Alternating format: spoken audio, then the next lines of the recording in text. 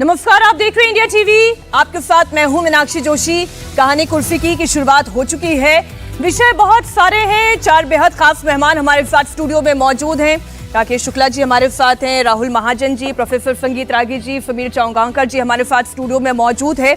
और आज सबसे पहले हम बात करने जा रहे हैं समानता की। समानता की परिभाषा क्या होती है?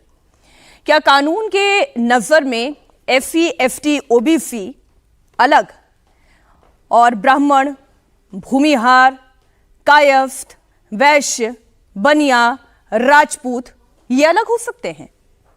आज सारा सवाल समानता पर ही है। बात हो रही है UGC के नए नियमों की, जिनका पूरे देश भर में जबरदस्त विरोध हो रहा है। UGC के नए नियमों को चुनौती देने वाली जनहित याचिका पर आज सुप्रीम कोर्ट में सुनवाई जारी है।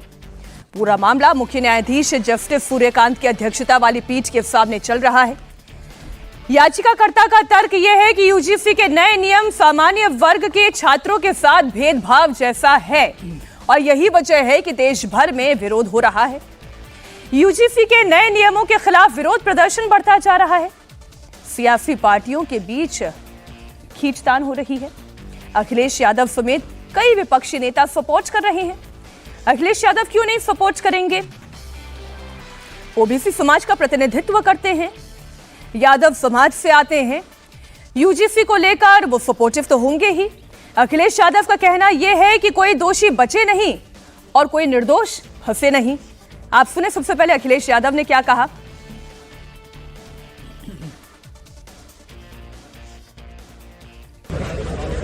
दोषी बचे नहीं और अन्याय किसी के साथ। ये जो सवर्णों सर, जो सवर्णों का प्रोटेस्ट चल रहा है, आप उसको क्या लगता है आपको? मायावती ने क्रिटिसाइज, मैंने आपसे कहा दोषी बचे नहीं और निर्दोष फंसे नहीं। निर्दोष फंसे नहीं। अखिलेश यादव ये कह रहे हैं कि दोषी बचे नहीं और निर्दोष को सजा हो नहीं, लेकिन जो जनरल कैटेगरी से आने वाले लड़के हैं, युवा हैं, बुजुर्ग हैं, जो प्रदर्शन कर रहे हैं, सड़कों पर हैं, वो ये कह रहे हैं यही तो समस्या है। यही तो समस्या है UGC के नए रेगुलेशन को लेकर कि ये UGC के रेगुलेशन मानकर चल रहे हैं कि सवर्ण तो दोषी हैं। आप मानकर चल रहे हैं कि वही शोषित करने वाले वर्ग हैं। UGC के नए नियमों को देख रहे हैं, ये CGI का कहना है। बड़ी खबर आपको बता दें, UGC के नए नियमों पर कमेटी बनाई जा सकती है। CGI ये कह रहे हैं कि जाति विहीन समाज की तरफ बढ़ रहे हैं या फिर हम पीछे जा रहे हैं। ये सुप्रीम कोर्ट का कहना है। अमेरिका जैसे हालात ना बने, ये सुप्रीम कोर्ट कह रहा है। हॉस्टल में छात्र एक साथ रहते हैं, कैंपस में भेदभाव नहीं होना चाहिए। हमारी सहयोगी गौनिका अरोड़ा इस खबर पर लगातार नजर बनाए हुए हैं। इस वक्त चाहे वो SC हो, ST हो, OBC हो, जनरल कैटेगरी हो, हर कोई इस वक्त सुप्रीम कोर्ट की तरफ देख रहा है कि सुप्रीम कोर्ट के मद्देनजर समानता की परिभाषा क्या है। हम जानेंगे हमारी सहयोगी गौनिका से, लेकिन जो सुप्रीम कोर्ट कह रहा है कि हम केंद्र सरकार से जवाब तलब करेंगे। हम आगे जा रहे हैं या पीछे जा रहे हैं? ये जो बात कही जा रही है, मैं चर्चा को जरा खोल लेती हूँ। थोड़ी देर में गौनिका हमारे साथ जुड़ जाएंगी। कोर्ट में जो चल रहा है प्रोसीडिंग, उसको लेकर वो गौनिका आप जुड़ गई हैं? आप मुझे सुन पा रही हैं?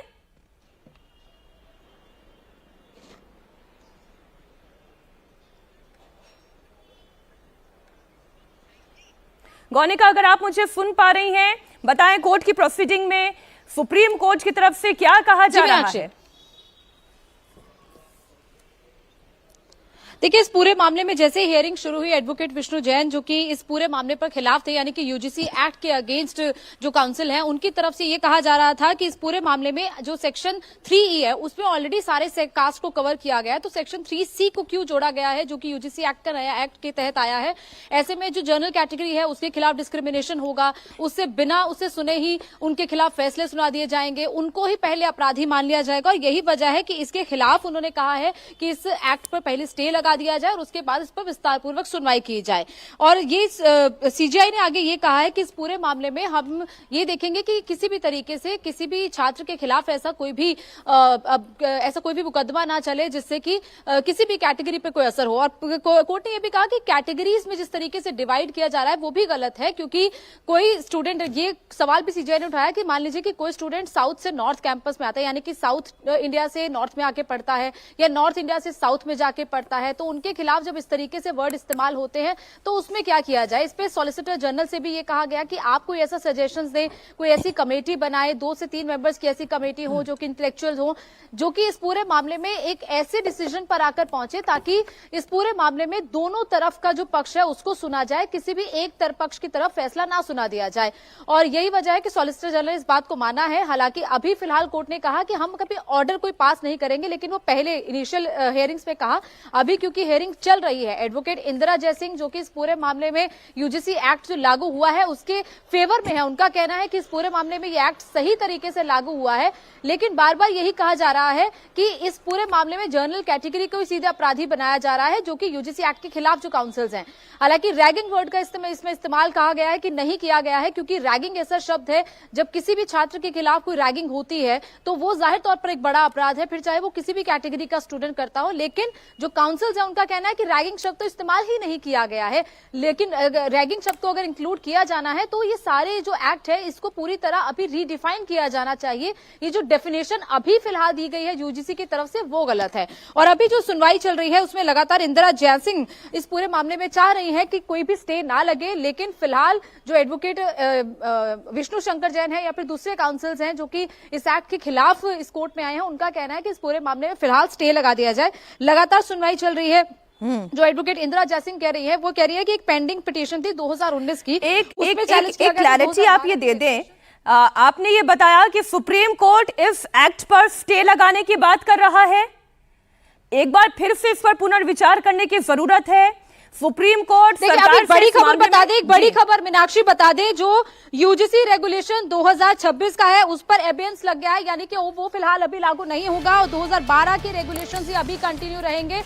यानी कि अभी फिलहाल रोक लग गई है। जो 2026 के फिलहाल के रेगुलेशन जो जनवरी में आए थे उस पर सुप्रीम कोर्ट ने रोक लगा दी है। 2012 के जो पहले के रेगुलेशन चल रहे थे जिसमें ओबीसी को इंक्लूड नहीं किया गया था, जिसमें सिर्फ जनरल कैटेगरी ही रह गई थी, वो अब लागू फिलहाल नहीं होंगे। 2012 के रेगुलेशंस ही चलते रहेंगे। ये कोर्ट ने फिलहाल एक बड़ा फैसला सुनाया है और नोटिस इशू किया है। 19 मार्च को ये नोटिस रिटर्नेबल होगा। सॉलिसिटर जनरल ने नोटिस को एक्सेप्ट कर लिया है और क्योंकि 2019 के जो प्लिया है उसके इश्यूज को रेज किया गया, उसको कोर्ट ने कहा है कि कॉन्स्टिट्यूशनली उसको एग्जामिन किया जाएगा। Let this petition be tagged with the same, यानी कि जो बाकी की पिटीशन 2019 की चल रही थी उनके साथ इस मैटर को सुना जाएगा। यानी कि 19 मार्च तक फिलहाल 2026 की जो यूजीसी की नई रेगुलेशंस है वो फिलहाल लागू नहीं होंगी। 2012 की जो रेगुलेशंस पहले से चल रही हैं वही लागू होंगी, क्योंकि कोर्ट ने यह भी कहा कि अगर हम इंटरवेन नहीं करेंगे, हम अगर हस्तक्षेप नहीं करेंगे तो सोसाइटी में एक डेंजरस इंपैक्ट हो सकता है और ये सोसाइटी को डिवाइड कर सकता है, एक ग्रेट इंपैक्ट हो सकता है, ग्रेव इंपैक्ट हो सकता है, ये कोर्ट ने कहा है। यानी कि इस पूरे मामले में जो 2026 की रेगुलेशंस आई थी, जो कास्ट बेस्ड के हिसाब से डिस्क्रिमिनेशन वाला जो कोर्ट ने जो यूजीसी मैं जो खबर पढ़ रही हूँ, जो गौनिका आप बता रही हैं कि सुप्रीम कोर्ट ये कह रहा है The provisions are prima facie vague and capable of misuse। Supreme court ये कह रहा है कि जिस तरीके का रेगुलेशन तैयार किया गया है पहली नजर में इसका गलत तरीके से मिसयूज किया जा सकता है, इसका इस्तेमाल किया जा सकता है। Supreme court ask union to redraft the regulation. Supreme court केंद्र सरकार से इस रेगुलेशन को रीड्राफ्ट करने की मांग करता है। Till then its operation kept in abeyance, यानी कि तब तक इस लॉ को लागू नहीं किया जाएगा। 2012 तक जो रेगुलेशंस चल रहे थे उन्हीं रेगुलेशंस के आधार पर इक्विटी कमिटी आप कहते हैं या जो नियम पहले से प्रावधान थे तमाम यूनिवर्सिटीज में वही नियमों का पालन किया जाएगा। यूजीसी के नए नियमों पर रोक लगाने की बात फिलहाल सुप्रीम कोर्ट ने कह दी है। ये बड़ी खबर आपको दे रहे हैं। ये मंडल कमंडल वाली लड़ाई तो तमाम बातें बात की है, लेकिन सुप्रीम कोर्ट में क्या तर्क हैं, कानून क्या कहता है, क्या कानून समानता की बात करता है? ये हम जातिवादी बढ़ते चले जा रहे हैं, हम कास्ट डिवाइड की तरफ बढ़ते चले जा रहे हैं, या फिर हम एक बार फिर से उसी मुहाने पर आकर खड़े हो गए हैं जहां ये पूछा जाता है भाई साहब कौन जात बा, है ना, कौन सी है आपकी जात? सुप्रीम कोर्ट ये कह रहा है कि आप हॉस्टल में रहने वाले छात्रों के ऊपर ये नियम लागू करने जा रहे हैं। वो ये कह रहे हैं कि नियमों की भाषा जो है वो अस्पष्ट है। वो ये कह रहे हैं कि कैंपस के अंदर भेदभाव ना हो। ये सुप्रीम कोर्ट की तरफ से कहा जा रहा है, नए नियमों का दुरुपयोग किया जा सकता है, ये सुप्रीम कोर्ट कह रहा है। ये बड़ी खबर आपको बता दें, ये जो जनरल कैटेगरी की मुहिम चल रही थी, यूजीसी के नए नियमों पर सुप्रीम कोर्ट की रोक इस जनरल कैटेगरी की जीत की तरफ एक बड़ी मुहर के तौर पर दिखाई दे रही है। हालांकि ये मामला यहीं खत्म नहीं हो जाता, इस पर अब केंद्र सरकार को जवाब भी देना होगा कि आपने जब ये नियम तैयार किए गए तो इसके पीछे मंशा आपकी क्या थी, नियमों में इतनी अस्पष्टता क्यों है। गौनिका, एक बार जल्दी से आप ये बता दें सुप्रीम कोर्ट की तरफ से और क्या बातें कही गई हैं। देखिए, बिल्कुल कोर्ट ने रोक लगा दी है 2026 के जो यूजीसी के रेगुलेशंस आए थे, जिसमें जनरल कैटेगरी जिसको लेकर बार बार विरोध कर रही थी, ओबीसी को इंक्लूड कर दिया गया था, बाकी कास्ट के साथ साथ इसमें एससी एसटी और अदर बैकवर्ड कास्ट थे, जिसमें जनरल कैटेगरी सिर्फ बाहर रह गई थी। और अब कोर्ट ने उस पर फैसला सुनाते हुए साफ कह दिया है कि इस पूरे मामले में ये जो यूजीसी एक्ट आया है इस पर फिलहाल रोक लगा दी गई है। जो 2012 के रेगुलेशंस पहले के चल रहे थे जिसमें ओबीसी इंक्लूड नहीं था, वही फिलहाल रेगुलेशंस चलते रहेंगे। जो अभी वाला एक्ट है वो फिलहाल स्टे रहेगा। इसके अलावा सुप्रीम कोर्ट ने सॉलिसिटर जनरल को नोटिस, केंद्र सरकार को नोटिस जारी किया है। सॉलिसिटर जनरल ने नोटिस एक्सेप्ट करते हुए ये कहा है कि इस पूरे मामले पर विचार किया जाएगा। और ये भी सीजीआई ने कहा है कि ये पूरा मामला बहुत वेग है, मिसयूज किया जा सकता है, यानी कि इसमें स्पेसिफिक नहीं बताया गया है। आप बनी रही हमारे साथ, मैं इस तरह चर्चा को स्टूडियो में लेकर आ रही हूँ। जो बात राकेश जी चर्चा चल रही थी और आज जो कोर्ट में जितनी भी प्रोसीडिंग के दौरान जिरह हुई हैं, मैं वही दर्शकों के सामने पढ़ देती हूं। सुप्रीम कोर्ट ये कहता है, सीजीआई ये कहते हैं कि prima facie language of the regulation there is complete vagueness. जो रेगुलेशन में भाषा का इस्तेमाल किया गया है वो स्पष्ट नहीं है, वो अस्पष्ट है, इसका गलत तरीके से इस्तेमाल किया जा सकता है। सम एक्सपर्ट में एडवाइस रीमॉड्यूलेशन, यानी कि इसे फिर से परिवर्तित करने की आवश्यकता है। इंदिरा जयसिंह ये कहती हैं कि नहीं, मैं ये साबित करूंगी, मैं आपको कन्विंस कर दूंगी कि दैट्स नॉट द केस। इस पर जो फिर सीजीआई कहते हैं वो बहुत इंपॉर्टेंट है। जस्टिस बागची ये कहते हैं कि we are looking to create a free and equitable atmosphere in university. हम क्या करना चाहते हैं? हम कॉलेजेस में एक ऐसा वातावरण तैयार करें जहां पर सबके पास समान अधिकार हो, समानता का भाव हो। We find no reason when 3E is subsisting as it was, how 3C became relevant। सारा मसला वो 3C पर आ गया, जिस पर इतने दिनों से कानूनी दावपेच पर चर्चा हो रही है कि हम आगे जा रहे हैं या पीछे जा रहे हैं। हम डिवाइड माहौल तैयार करना चाह रहे हैं, जातीय भेद पैदा करना चाह रहे हैं, या इक्वालिटी तैयार करना चाह रहे हैं। कॉलेज में क्या होना चाहिए? देखिए, न्यायालय ने उदाहरण पेश किया है कि सबके साथ न्याय होगा, सबको न्याय मिलेगा। इस पे जिस तरीके से रोक लगाई गई है और सुप्रीम कोर्ट से जवाब मांगा गया है, उससे ये स्पष्ट हो गया। नहीं तो यूजीसी ने तो भारत को दो भागों में बांट दिया था, एक शोषण करने वाला वर्ग, एक शोषित होने वाला वर्ग। और उन्होंने जाति के हिसाब से बांटा था कि यहाँ दो वर्ग है, जो 4 कम्युनिटी है वो शोषण करने वाली है और बाकी कम्युनिटी शोषित होने वाली है। और उसके लिए उन्होंने कहाँ से शुरू किया था? ग्रास रूट से शुरू किया था, यानी स्टूडेंट से शुरू किया था। यानी छात्रों से ये मानस बन जाना चाहिए कि आप शोषक वर्ग हो और ये शोषण करने वाला वर्ग है। ये सारी आवाज़ जो भारत के अंदर उठी है, उसको भले ही ये शब्द दिया गया हो कि वो विरोध किया जा रहा है, मेरा मानना ये है कि विरोध का नहीं, वो बचाव की गुहार थी। सभी लोगों ने बचाव का गुहार लगाया। सब लोग उस लपट से अपने भविष्य को बचाना चाहते थे जो यूजीसी ने आग लगाया था भारत के अंदर। सर, सीजीआई कह रहे हैं, प्रोफेसर रागी जी, सीजीआई कह रहे हैं कि this will lead to very dangerous impact. ये बहुत खतरनाक असर डालेगा अगर इस तरीके अस्पष्ट नियम लागू कर दिए जाते हैं।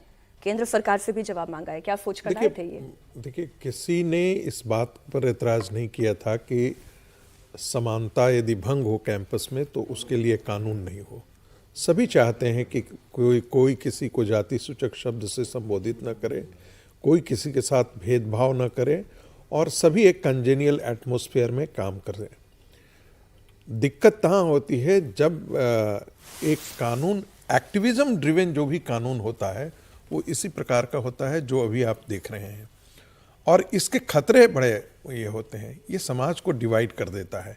मेरी परेशानी इस चीज़ को लेकर थी कि हिंदू समाज वो मंडल कमीशन ने जिस समय कहा कि भाई हम ये सामाजिक न्याय के लिए कर रहे हैं, इसमें कोई दो राय नहीं है कि उससे जो पिछड़ी जातियां थी जो समाज के अंदर वो ऊपर भी आई हैं। लेकिन उसका एक तबका ही ऊपर आया है। समाज के सारे जो पिछड़े वर्ग हैं, वाकई जो पिछड़े वर्ग हैं, वो ऊपर नहीं आए हैं। उनमें जो डोमिनेंट कास्ट था उत्तर प्रदेश का, बिहार का या अन्य जगहों का, वो ऊपर आया है। जो वाकई जिनको जरूरत थी वो तो अभी के वहीं के पिछड़े रह गए। दूसरी बात यह है कि जब आप इस प्रकार के कानून लाते हैं तो कम से कम उसमें दुरुपयोग न उसका हो, इसके लिए उसमें प्रोविजन जरूर कर देना चाहिए। 2012 के कानून में इस प्रोविजन था कि अगर आपने गलत कंप्लेंट की है तो फिर आपके ऊपर भी दंडात्मक कार्रवाई की जाएगी। और यहाँ पर ये हटा दिया। और मैं बार बार ये कह रहा हूं, कई लोग इस चीज को नहीं कर रहे हैं, 1 करोड़ में 84 केस हो रहे हैं। पूरे डेटा यदि आप देखेंगे कि 378 केसेज है, 44.4 मिलियन जो है पूरे देश में हायर एजुकेशन में है।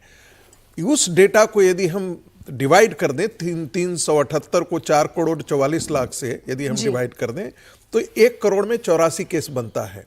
ये इतनी छोटी तादाद है, और उसमें भी इसका डेटा आना जरूरी है कि डोमिनेंट जिसे ओबीसी कास्ट कहते हैं उसने दलितों और एसटी के खिलाफ ये शब्द का प्रयोग किया या अपर कास्ट से हुआ। ये डेटा आना बहुत जरूरी है, ये जानकारी आना। ओबीसी समाज भी शामिल है। शोषण करने वाले वर्ग में कौन है? मैं वही कह रहा हूं, शोषण करने वाले वर्ग में ओबीसी समाज का जो डोमिनेंट कास्ट है वो भी शामिल है, समझे कि नहीं? और मजेदार बात है कि यही ये समाज है जिसका आरक्षण का सबसे ज्यादा लाभ जो होता है उत्तर प्रदेश या बिहार में सबसे ज्यादा यही लाभ लेता है। लेकिन रागी जी अभी जब कह रहे थे ओबीसी समाज में भी डोमिनेंट कास्ट, तो धीरे से समीर जी ने कहा यादव, गलत तो नहीं सुना था?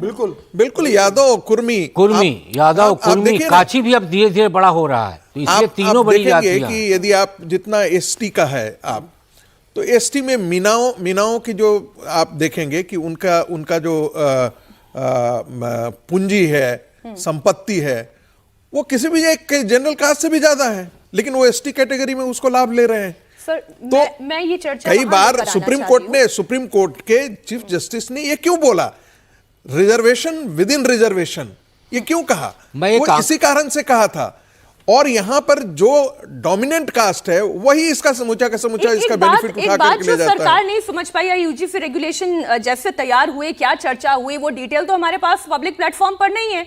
लेकिन एक बात जो ये नियम बनाने वाले नहीं समझ पाए, वो सुप्रीम कोर्ट समझा रही है कि हॉस्टल के अंदर छात्र रहते हैं। नहीं, आप कहां तक लेकर जाएंगे इस भेदभाव को? मुझे तो ये बात पर भी एक मिनट, मुझे तो इस पर भी थोड़ी सी यह है कि यूजीसी, ये गया होगा यूजीसी कमीशन में, यूजीसी कमीशन में बैठे हुए लोग कौन थे?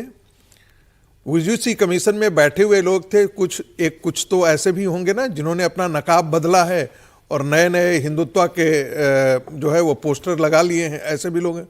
क्या उनको ये समझ में नहीं आ रही थी कि इसके क्या राजनीतिक परिणाम होंगे? लेकिन कुछ तो संतोष वर्मा टाइप के लोग भी तो होंगे। नहीं, मेरा मानना है कि भाई ये इंश्योर कीजिए कि किसी के साथ गलती नहीं हो। एक सवाल, चाहे कोई भी समाज का कोई भी वर्ग हो। मैं आप दिल्ली आते हैं और आपको सीधे सीधे कहा जाता है, मुझे याद है राम मंदिर, वो बहुत जरूरी है आपके दर्शकों को बताना, राम मंदिर मूवमेंट के लिए हम लोग बोट क्लब पर रैली थे और हम आए थे।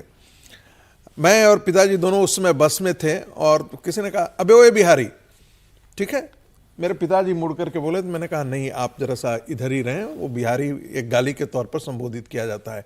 ये क्या हमारे डिपार्टमेंट में नहीं होते थे क्या? आप खाली बिहारी की बात क्यों कह रहे हैं? नहीं, ये सारी चीजें यहाँ कंजूस मारवाड़ी कहा जाता है, तो इसका मतलब ये कि आपने पूरे मारवाड़ से आने वाले जितने लोग हैं आपने उनको पेंट कर दिया कंजूस के नाम पर। नहीं, यहाँ हम लोगों को संबोधित ही किया जाता था। पूर्वोत्तर के बच्चों को किस तरह की टिप्पणी की जाती है यही पूर्वांचल हॉस्टल में? ये समानता का भाव जो, और उसको ये बहुत हर्ट फील करते हैं वो लोग। हर्ट क्यों नहीं होंगे? फिर हर्ट होना चाहिए। अगर हर्ट नहीं होते तो सड़क पर क्यों होते? हर्ट नहीं होते तो क्यों ये गुहार लगाते कि हमें सुरक्षा दीजिए? हमारे साथ भी शोषण होता है, उसे आप कंसिडर तो करिए। मैं इसके पॉलिटिकल एंगल पर, सुप्रीम कोर्ट ने इस मामले में केंद्र सरकार को और सारे पक्षकारों को नोटिस जारी किया है और इस मामले की अगली सुनवाई 19 मार्च को निर्धारित की गई है। 19 मार्च को क्या कुछ होने की संभावना है? अब ये तो कोई व्यक्ति प्रेडिक्ट नहीं कर सकता है। केंद्र सरकार से जवाब मांगा है, केंद्र सरकार अपना जवाब देगी, फिर मामला आगे बढ़ेगा। मेन काउंसिल वो जा रहा है। इंग्लिश में कर देते हैं। The Supreme Court today has put a stay on the UGC. Yeah, today the Honorable Supreme Court heard our writ petition challenging the UGC regulations which have been enacted recently.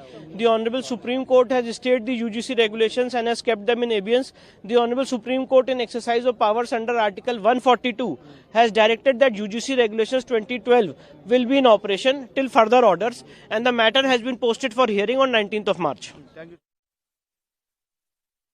Supreme court ने जो UGC regulations नए नियम पास किए गए हैं उस पर supreme court ने रोक लगाई है, उसको एबियंस में रखा है और सुप्रीम कोर्ट ने अपनी पावर्स को एक्सरसाइज करते हुए अंडर आर्टिकल 142 जो यूजीसी रेगुलेशंस 2012 हैं उनको इन ऑपरेशन किया, उनको प्रभावी किया। अगला कदम क्या रहेगा, क्योंकि इस पे सुप्रीम कोर्ट की तरफ अब सुप्रीम कोर्ट ने इस मामले में केंद्र सरकार को और सारे पक्षकारों को नोटिस जारी किया है और इस मामले की अगली सुनवाई 19 मार्च को निर्धारित की गई है। 19 मार्च को क्या कुछ होने की संभावना है? अब ये तो कोई व्यक्ति प्रेडिक्ट नहीं कर सकता है। केंद्र सरकार से जवाब मांगा है, केंद्र सरकार अपना जवाब देगी, फिर मामला आगे बढ़ेगा। अब कुछ सवाल हैं जो बड़े ही सियासी हैं, लेकिन आपकी 2 लाइनें रह गई थी। हाँ, मैंने 2 लाइनें बस। देखिए, विश्वनाथ प्रताप सिंह ने सत्ता की लिप्सा के लिए हिंदू समाज को बांटने का प्रयास किया। मैं ये नहीं कह रहा हूं कि आरक्षण नहीं होना चाहिए था, बिल्कुल होना चाहिए था। जो दलित हैं, पिछड़े हैं, वंचित हैं, उनके लिए होना चाहिए था। लेकिन जिस त्वरित गति से उन्होंने सत्ता की लिप्सा के लिए उन्होंने समाज को बिखेर दिया, उसके बाद हुआ क्या? भारत जो जाति विहीन समाज की तरफ जो हमारे founding father of the constitution ने सोचा था, जातियां एसेंचुएट कर गई, इंस्टीट्यूशनलाइज कर गई, पहले से ज्यादा रूढ़ हो गई।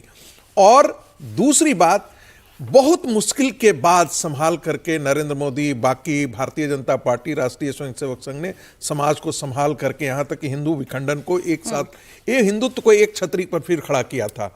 इस यूजीसी नियम के तहत जिस प्रकार से प्रतिरोध और विरोध शुरू हुआ, वो मेरे लिए सबसे ज्यादा खतरा और सोचने के लिए यही विषय दिया, हिंदू समाज में बिखराव फिर न हो और फिर हम मंडल कमंडल की राजनीति की तरफ न बढ़े। ये मेरी ज्यादा चिंता थी। ये राहुल गांधी का पिच था, ये राहुल गांधी के पिच से हम बाहर निकलना चाहते हैं। ये मैं तो फिर आपसे ये पूछना चाहती, मैं सवाल कुछ और लेकर आ रही थी समीर जी आपके पास, लेकिन रागी जी ने मुझे दूसरा एंगल दे दिया। ये कौन है बीजेपी के अंदर कांग्रेस की आत्मा के साथ काम करने वाले? देखिए, मुझे लगता है कि इसी यूजीसी का बार बार जिक्र कर कर केंद्र सरकार को बचाने की मंशा किसी की नहीं होना चाहिए। यूजीसी किसके अंडर आता है? यूजीसी ये नियम लेकर आ रहा है और जो बात आज सुप्रीम कोर्ट ने बहुत स्पष्ट कह दी कि भाई ये भेदभाव वाला है और अभी 2012 वाला नियम लागू हुआ, इसको सुप्रीम कोर्ट ने रोक दिया। क्या केंद्र सरकार को ये पता नहीं था कि ये जो नियम लेकर आ रहे हैं किस मंशा से लेकर आ रहे हैं? केंद्र सरकार की मंशा थी इसके पीछे, उस मंशा को यूजीसी के माध्यम से लागू करवाया गया। इतना बड़ा देश के अंदर बवाल हो गया। रोहित वेमुला और पायल ताड़वी 2 आत्महत्या को आधार बनाकर जिस तरीके से इस तरीके से नियम लेकर आए, पूरे देश में बवाल मच गया। उसके बाद केंद्र सरकार इस संदर्भ में एक बयान देने को तैयार नहीं है, कोई पत्रकार वार्ता लेकर कहने को तैयार नहीं है, भारतीय जनता पार्टी का कोई प्रवक्ता है इसको खुलकर बोलने को तैयार नहीं है। धर्मेंद्र प्रधान कहते हैं कि किसी के साथ अन्याय नहीं होगा, लेकिन क्या धर्मेंद्र प्रधान को ये पता नहीं था क्या हमेशा के लिए क्या शिक्षा मंत्री के तौर पर ही रहेंगे? यही सदा बात- सर्वदा के लिए उसी पोजीशन पर रहेंगे? ये तो केंद्र सरकार को सोचना चाहिए था, ये भारतीय जनता पार्टी को देखना चाहिए था कि आप जो कानून लेकर आ रहे हो वो किस तरीके से भेदभावपूर्ण वाला है, उस सवर्ण वर्ग के साथ किस तरीके से ये अत्याचार वाला हथियार आप एक वर्ग को सौंप रहे हो कि SC, ST और OBC जब चाहेंगे सवर्ण का गला काट देंगे, सवर्ण छात्रों को कॉलेज से रेस्टिकेट करवा देंगे, उनके ऊपर तमाम SC, ST और OBC एक्ट में केस दर्ज करवा देंगे। तो मुझे लग रहा है कि इसमें केंद्र सरकार की सहमति थी और केंद्र सरकार ने अपनी सहमति से इसे लागू किया है। मैं अब लेकिन इसकी राजनीति पर राहुल जी आना चाहती हूं, क्योंकि मैंने कई सारे अलग अलग विपक्षी दलों के प्रवक्ताओं को भी सुना, जिनका डंके की चोट पर कहना यह है कि जरा इसको वापस करके तो दिखाएं, जरा इसे वापस करके तो दिखाएं और फिर हम सड़क पर आएंगे और फिर वो गिनती की बात करने लगे कि जनरल कैटेगरी से बैठने वाला यहां पर कितना है और फिर उनकी कैटेगरी से आने वाला सड़क पर कितना होगा। ये जो धमकी थी, वो धमकी क्या सरकार के लिए भारी पड़ने जा रही है? भारी पड़ चुकी है, पढ़ने नहीं जा रही, दोनों तरफ से पड़ रही है और विपक्ष के लिए भी मुश्किलें इसमें हैं। देखिए, आप अभी हमने अखिलेश यादव को सुना था, तो वो ये कह रहे थे कि नहीं किसी तरह से जस्टिफाई करने की कोशिश कर रहे थे। उन्होंने पीडीए का नारा दिया है, तो क्यों नहीं जस्टिफाई? निर्दोष फंसे नहीं और दोषी बचे नहीं, बीच का कोशिश कर रहे हैं कि हम भाई पॉलिटिकली करेक्ट है, पीडीए उनका है ना। हाँ। तो पीडीए कैसे अगर बोलेंगे कि अच्छा ये नियम गलत हैं, तो उनके कॉन्स्टिट्यूएंसी का क्या होगा, उनके वोटर्स का क्या होगा? मायावती भी उसी तरह का स्टैंड लिए हुए हैं कि बिल्कुल सही है। तो अब बीजेपी की दिक्कत ये है, या केंद्र सरकार की दिक्कत, मैं बीजेपी की ज्यादा बोलूंगा, कि स्वर्ण पहले ही बीजेपी से थोड़े से नाराज चल रहे हैं। हमने देखा है किस तरह से ये आवाजें उठती रही हैं कि स्वर्णों को कहीं ना कहीं इग्नोर कर रही है बीजेपी। और इसके बाद अगर जो सरकार है इसको वापस लेती है तो वो जो दलित और बाकी सब जो उनको ओबीसी और इन सबको अपने साथ जोड़ा था उन्होंने, वो कहीं ना कहीं खिसक जाएंगे। और अगर इसे वापस नहीं लिया जाता है तो स्वर्ण जो है वो कहीं ना कहीं खिसक जाएंगे। तो ये बड़ी मुश्किल वाली बात है। और दूसरा, सुप्रीम कोर्ट जो यहाँ पर जो फैसला अभी तक सुप्रीम कोर्ट ने जो रोका है वो बड़ा सही है, क्योंकि सुप्रीम कोर्ट ने देखा है कि किस तरह से जो विभिन्न कानून हैं, चाहे वो शेड्यूल कास्ट और schedule tribe prevention of atrocities act है, उसका किस तरह से मिसयूज किया गया है, डॉरी के एक्ट का किस तरह से मिसयूज किया गया, तो ये उसके सामने। और वो ये नहीं चाहते, क्योंकि डेफिनेशंस जो हैं जो दी गई है डिस्क्रिमिनेशन की या कास्ट बेस्ड डिस्क्रिमिनेशन की इन नियमों में, वो पूरी तरह से एक साइडेड है। वो स्वर्णों को किसी तरह से प्रोटेक्ट नहीं करती हैं। डिस्क्रिमिनेशन तो स्वर्ण के खिलाफ भी हो सकता है ना, अपर जाति के लोगों के साथ भी हो सकता है ना। तो जब आप कास्ट बेस्ड डिस्क्रिमिनेशन कहते हैं उसमें शेड्यूल कास्ट, शेड्यूल ट्राइब और ओबीसी रखते हैं सिर्फ, भाई आप डिस्क्रिमिनेशन तो किसी के खिलाफ भी हो सकता है। तो उस तरह से नियमों का इसलिए सुप्रीम कोर्ट ने जो आज कहा ना कि पहले तो इस एक्ट की भाषा ही अस्पष्ट है। उन्होंने कहा कि हम आगे जा रहे हैं या फिर वापस पीछे जा रहे हैं। क्या कास्ट डिवाइड पैदा होता है यूजीसी की इन रेगुलेशंस की वजह से? तो हाँ, होता है। इस पर फिर से रीमॉड्यूलेशन की जरूरत है। इस पर केंद्र सरकार को जवाब देने की जरूरत है। सर, समय मेरे पास इतना ही, एक ब्रेक के लिए जाना है। मीनाक्षी, जाति विहीन समाज एक सपना है और अब वो सपना ही रहेगा। हमने अपने लिए गड्ढे खोद दिए हैं, जातियों को हमने पहले से ज्यादा मजबूत कर दिया है, जातीय मंच बड़े खड़े हो गए हैं, जातीय समूह आज खुले तौर पर उसका सम्मेलन कर रहे हैं। हमने अपने लिए खाई खोद रही है। जैसा हम भारत चाहते हैं उस दिशा में हमारे एक कदम मिले। And thank you for the political parties. ये जितना भी प्रोफेसर रागी जी ने कहा, ये आप ही लोगों का दिया हुआ है। ये बहुत महत्वपूर्ण समय चल रहा है और आप जानते ही हैं फरवरी का महीना ही है वो पूरे भारत का लेखा जोखा पता करने का और भारत का भविष्य क्या होगा ये समझने का मौका होता है। 1 फरवरी को बजट पेश होगा। वित्त मंत्री निर्मला सीतारमण ने सदन के अंदर आर्थिक सर्वे आज पेश कर दिया। इससे पहले पीएम मोदी ने विपक्ष से भी अपील की और कहा कि आज का समय व्यवधान का नहीं है, समाधान का है। दुनिया की नजरें भारत पर टिकी हैं, भारत पर भरोसा कर रही हैं। अब हमें आगे आना है, दुनिया में भारत के दम को दिखाना है। देश का ध्यान बजट की तरफ होना बहुत स्वाभाविक है, लेकिन इस सरकार की ये पहचान रही है रिफॉर्म, परफॉर्म एंड ट्रांसफॉर्म। और अब तो हम रिफॉर्म एक्सप्रेस पर चल पड़े हैं, बहुत तेजी से चल पड़े हैं। आज समय व्यवधान का नहीं है, आज समय समाधान का है। आज प्राथमिकता व्यवधान नहीं है, आज प्राथमिकता समाधान है। आज भूमिका व्यवधान के माध्यम से रोते बैठने की नहीं है, आज हिम्मत के साथ समाधानकारी निर्णयों का कालखंड है। मैं सभी माननीय सांसदों से आग्रह करूंगा कि वे आएं, राष्ट्र के लिए आवश्यक समाधानों के दौर को हम गति दें, निर्णयों को हम शक्ति दें और लास्ट माइल डिलीवरी में हम सफलतापूर्वक आगे बढ़ें। प्रधानमंत्री नरेंद्र मोदी ने आज जो बात कही वो व्यवधान वाली बात इसलिए कही क्योंकि कल जब राष्ट्रपति का अभिभाषण था, द्रौपदी मुर्मू के पहली लाइन के साथ ही जिस तरीके का व्यवधान होना शुरू हुआ ये भी अपेक्षित नहीं था, लेकिन फिर भी हुआ। और जयराम रमेश हैं, आज ही उन्होंने इस जो प्रधानमंत्री नरेंद्र मोदी ने संबोधन दिया उसके बाद उन्होंने पोस्ट किया और राहुल जी उन्होंने पोस्ट करते हुए ये कहा कि ना किसी विषय पर आप विपक्ष को कॉन्फिडेंस में लेते हैं, ना आप चर्चा करते हैं और फिर आप संबोधन देते हैं, फिर आप रिफॉर्म, ट्रांसफॉर्म, परफॉर्म की बात करते हैं। तो इतना तो तय है कि भले ही कन्विंस करने की कोशिश प्रधानमंत्री मोदी करते रहे, लेकिन कांग्रेस को कन्विंस करना मुश्किल ही नहीं नामुमकिन है। नहीं, प्रॉब्लम क्या है? उनको कॉन्फिडेंस में नहीं लेते या देश के लिए अच्छा काम कर रहे हैं? देश के लिए अच्छा काम कर रहे हैं मोदी, बिल्कुल वो नहीं कर पा रहे हैं। भाई अब अगर उनके पास सत्ता नहीं आ पा रही आप है। देखिए मास्टर स्ट्रोक देखिए कैसा है। आपने प्रेशर जो है यूएस की तरफ से आप पे कितना था, आपने ईयू के साथ डील कर डाली और 3 आपने एक साथ मोर्चे जो हैं वो ध्वस्त कर दिए। यूएस का मोर्चा ध्वस्त कर दिया, आपने अपनी इकोनॉमी को संभाल लिया, आपने बाकी जो आसपास के देश हैं उनकी इकोनॉमी को हिला दिया है। पाकिस्तान अब ये सोच रहा है कि उसके टेक्सटाइल का क्या होगा, बांग्लादेश सोच रहा है उसके टेक्सटाइल का क्या होगा, वो जो वहाँ पे चीज़ है।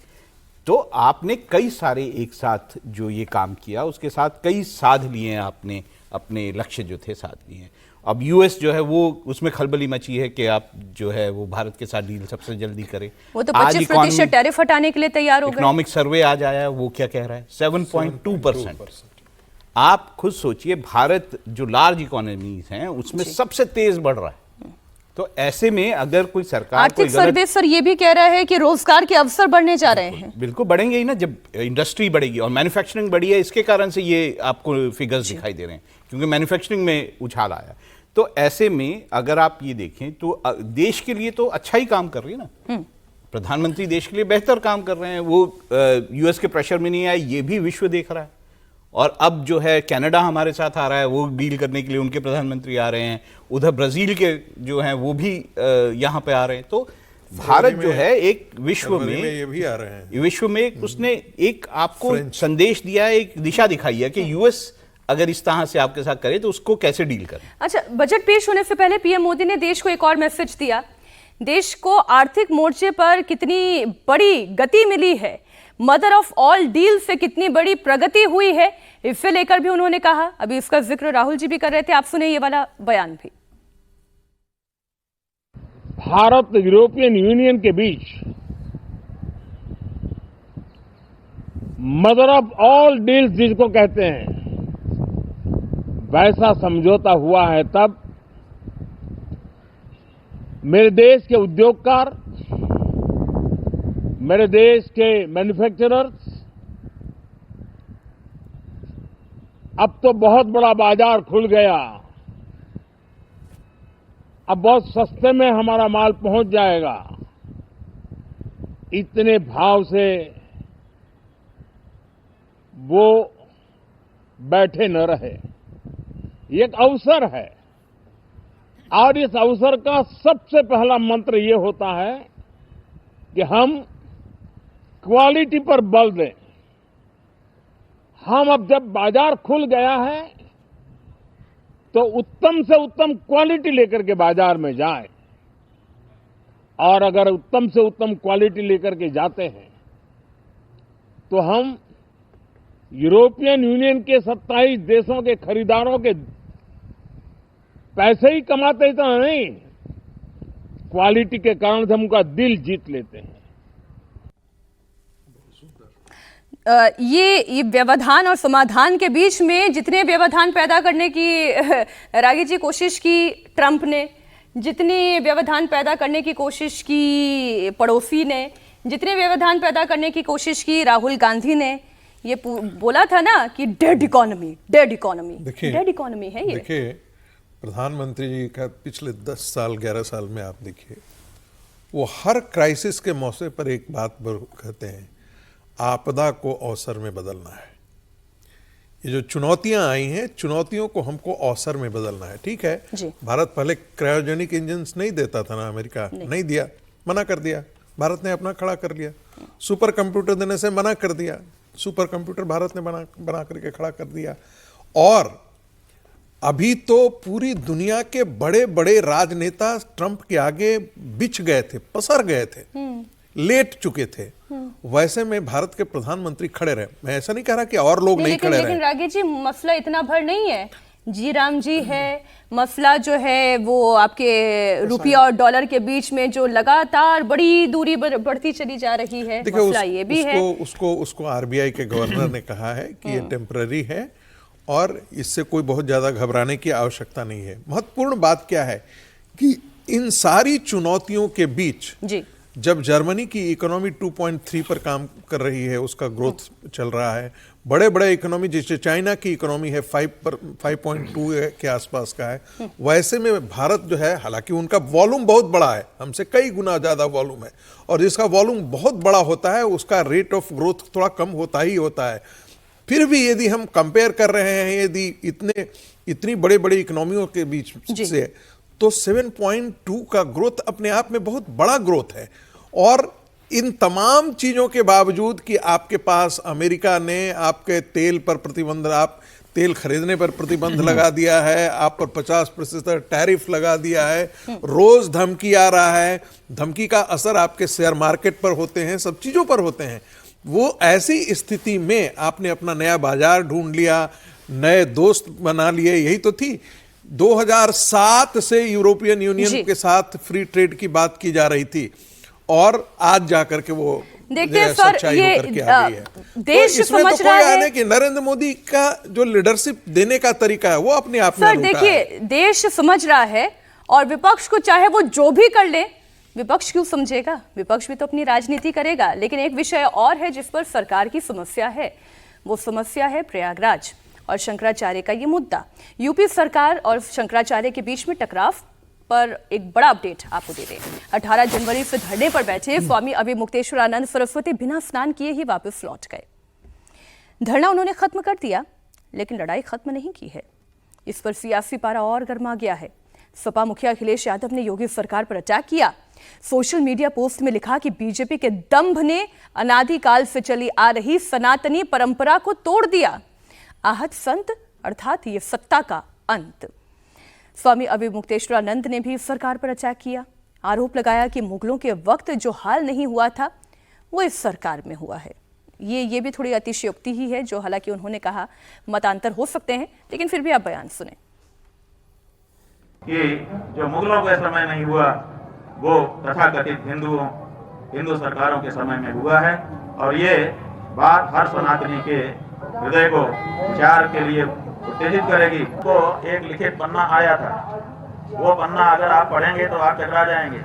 उसमें बहुत सारा उपदेश था, तो हमने कहा भाई ये उपदेशक प्रशासन उपदेशक का बन गया, तो उन्होंने उसके बारे में कुछ नहीं कहा। जो प्रस्ताव हमारे पास आया था, जिसकी चर्चा हमने अभी किया, वो मौखिक आया था। यहाँ से आए थे स्नान के लिए, शिविर से निकले थे स्नान के लिए, और अगर बिना स्नान किए जा रहे हैं तो जहां तक सम्मान अपमान का प्रश्न है वो तो एक तरफ छोड़ दो। राकेश जी, क्या समय आ गया है? सनातन पर ज्ञान कहां से आ रहा है? अखिलेश यादव जी दे रहे हैं कि ये बहुत बड़ा अपमान हुआ है, पहली बात तो ये। और दूसरा, शंकराचार्य चले गए, यहाँ पर क्या अब मसला यहाँ से ठंडा होगा या भी यहाँ से और बढ़ेगा? नहीं, मुझे मीनाक्षी जी बहुत अच्छा लगा जब समाजवादी पार्टी और कांग्रेस सनातन को लेकर चिंतित दिखी। तो मुझे जियाउर रहमान वर्क भी चिंतित थे। हाँ, मुझे बहुत अच्छा लगा कि कम से कम समाजवादी पार्टी और कांग्रेस, इमरान मसूद भी बड़े चिंतित थे। कम से कम सनातन को लेकर उनकी चिंता जो है ये जताती है कि नहीं, अभी थोड़ा बहुत सनातन के बीज उनके अंदर मौजूद है। लेकिन मुझे आश्चर्य इस बात का हुआ कि जब शंकराचार्य जी बिना स्नान के बैठे हुए हैं और आप लखनऊ से उनकी चिंता जाहिर कर रहे हैं, तो दो लड़कों की जोड़ी क्यों नहीं पहुंची प्रयागराज में कि उनकी पालकी को कंधा देती और कंधा दे के उनको संगम में ले जाके स्नान कराती। अखिलेश जी और राहुल जी दोनों को जाना चाहिए, शंकराचार्य जी की पालकी को कंधा दे के ले जाना चाहिए, और फिर हमें देखता कि कौन प्रशासन उनको रोकता है, और उनको स्नान कराते, आदर के साथ उनको लेके आते, उनके आश्रम में बिठाते, और फिर ताल ठोक के कहते कि देखिए सनातन की चिंता और सनातन का सम्मान इस तरीके से होना चाहिए। लेकिन बतौलेबाजी और बयानबाजी करके आप सरकार में वो थोड़ी ना है, अब जो सरकार में नहीं है उसी से आप अपेक्षा करेंगे? नहीं, तो चिंता तो वो जाहिर कर रहे थे ना कि सनातन खत्म हो रहा है और योगी जी सनातन को खत्म कर रहे हैं, एक संत को, शंकराचार्य को स्नान नहीं करने दिया जा रहा। तो यदि सनातन खतरे में है, चिंता आपको है, तो सनातन को बचाने के लिए प्रयाग नगरी आपको जाना चाहिए, और प्रयाग नगरी जाके आपको ससम्मान शंकराचार्य जी को लेकर संगम में जाके स्नान करा के उनके आश्रम में छोड़ना चाहिए। तो सनातन की रक्षा में आपकी भूमिका स्पष्टता से दिखाई देती, अभी सिर्फ बतौलेबाजी और बयानबाजी ही दिखाई दिया। अच्छा, समाजवादी पार्टी प्रमुख अखिलेश यादव ने कोलकाता में नबन्ना स्टेट सेक्रेटेरिएट में पश्चिम बंगाल के मुख्यमंत्री ममता बनर्जी से भी मुलाकात की और इस दौरान अखिलेश यादव ने बीजेपी पर तीखा हमला बोला। अखिलेश यादव ने कहा कि देश में बीजेपी की राजनीतिक आक्रामकता का मुकाबला करने की क्षमता केवल ममता बनर्जी में है। एक बयान आप और सुन ले, फिर समीर जी आ रही हूं आपके पास। मुझे खुशी है कि दीदी ने ईडी को हरा दिया और Bharatiya Janata party pen drive का पेन नहीं भूल पा रही है। वो भारतीय जनता पार्टी ये भूल गए हैं कि यहां का प्रदेश दीदी के लीडरशिप में ये कल्चरल यूनिट है, पॉलिटिकल यूनिट नहीं है। ये नासमझी कर रहे हैं। यहां के लोग प्रेम के, रविंद्र जी के भजन सुनते हैं, यहां का गान सुनते हैं, मिठास सुनते हैं, नफरत के गाने नहीं सुनते। ये दरारवादी लोग जो बांट करके राजनीति करने वाले हैं वो कामयाब होने वाले नहीं हैं। यहां की मिठास जीतेगी, यहां की आदरणीय दीदी जीत करके जाएगी और हमारा पूरा सहयोग इनके साथ है। अखिलेश यादव जी तो समर्थन देंगे ही, लेकिन दीदी ने ईडी को हरा दिया। डिजिटल चोरी होने जा रही थी, वो पेन ड्राइव लेकर चली गई। देखिए, अखिलेश यादव की चिंता जायज है। अखिलेश यादव बिहार में गए थे भारतीय जनता पार्टी को रोकने के लिए। उन्होंने बहुत ताकत लगाई कि भाई वहां पर लालू प्रसाद यादव के बेटे तेजस्वी यादव मुख्यमंत्री बने वहां पर, लेकिन वहां पर जिस तरीके से फजीयत हुई विपक्ष की, तो अखिलेश यादव को लग रहा है कि अब बिहार गए तो कम से कम बंगाल नहीं जाए। बंगाल में तो ममता बनर्जी के पास 2011 से सरकार है, ममता बनर्जी ताकतवर मुख्यमंत्री है, ममता बनर्जी का एक जनाधार है। तो ममता बनर्जी को हम थोड़ा सपोर्ट कर दे और ममता बनर्जी बीजेपी को हरा देती है, तो बीजेपी का जो विजयी रथ शुरू हुआ है 2024 से, जो लगातार महाराष्ट्र हो, हरियाणा हो, दिल्ली होते हुए जो अब बिहार में गया है। मोदी जी ने जो कहा था कि भाई गंगा तो बिहार से बंगाल की तरफ जाती है, तो मोदी जी का संदेश साफ था कि बिहार जीता है, हम बंगाल जीतेंगे। तो अखिलेश यादव उस 2017 में जो आंधी उत्तर प्रदेश में आने वाली, उस आंधी को रोकने के लिए वो अभी बंगाल गए हैं कि भाई बंगाल में किसी तरीके से ममता बनर्जी चुनाव जीत जाए, तो बीजेपी की जो आंधी उसके बाद 2027 में उत्तर प्रदेश में आने वाली है, तो उसे रोकने में मुझे थोड़ी मदद मिलेगी। उसमें मेरे 3 टप्पड़ बच जाएंगे, मैं पूरी तरह से उसमें उड़ूंगा नहीं। तो उनकी अपनी चिंता जायज है। उन्हें ममता बनर्जी की सत्ता से कोई लेना देना नहीं है, उन्हें 2027 में अपनी सत्ता की वापसी की चिंता है। लेकिन सर, नैरेटिव दोनों ही नेताओं का एक है। जो विपक्ष का नैरेटिव है, चाहे वो अखिलेश यादव हो या फिर ममता बनर्जी हो, वो एक ही सिलेबस पर काम करे। वो सिलेबस क्या है कि एफआईआर की प्रक्रिया गलत हो रही है। एफआईआर की प्रक्रिया दरअसल ये एनआरसी ही है, ये कह रहे हैं अखिलेश यादव। एक बयान और सुनाती हूं मैं आपको। एसआईआर एनआरसी था क्योंकि कई लोगों को नागरिकता साबित करनी पड़ी।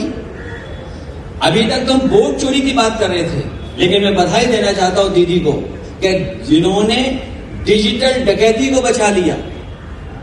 सोचिए, डिजिटल डकैती की उन्होंने, वो क्या हासिल करना चाहते थे? आपकी जो डेटा है उसको हासिल करना चाहते थे। क्या हासिल करना चाहते हैं? डिजिटल डेटा क्यों हासिल करना चाहते हैं? अरे भाई, डिजिटल डेटा सरकार थोड़ी ना हासिल कर रही है, इलेक्शन कमीशन हासिल कर रहा है। क्यों प्रोफेसर साहब? ये इसे हासिल करके आपको अपडेट कर रहा है और आपको चुनाव में वोट करने का अधिकार दे रहा है। मीनाक्षी जी, जब आप ये सब कर रही थी तो मैं सिर्फ पूरे समय और अभी भी देख रहा हूँ, ममता बनर्जी जी का चेहरा देख रहा हूँ। ऐसा देख तो मैं भी रही थी, बस बोल नहीं पाई। बॉडी लैंग्वेज यदि जो है, यदि उससे कोई आकलन करें और उसको पढ़ें तो लगता है कि जैसे उनको सांप सूंघा हुआ है। उनको आने वाले विधानसभा चुनाव का डर साफ साफ दिख रहा है।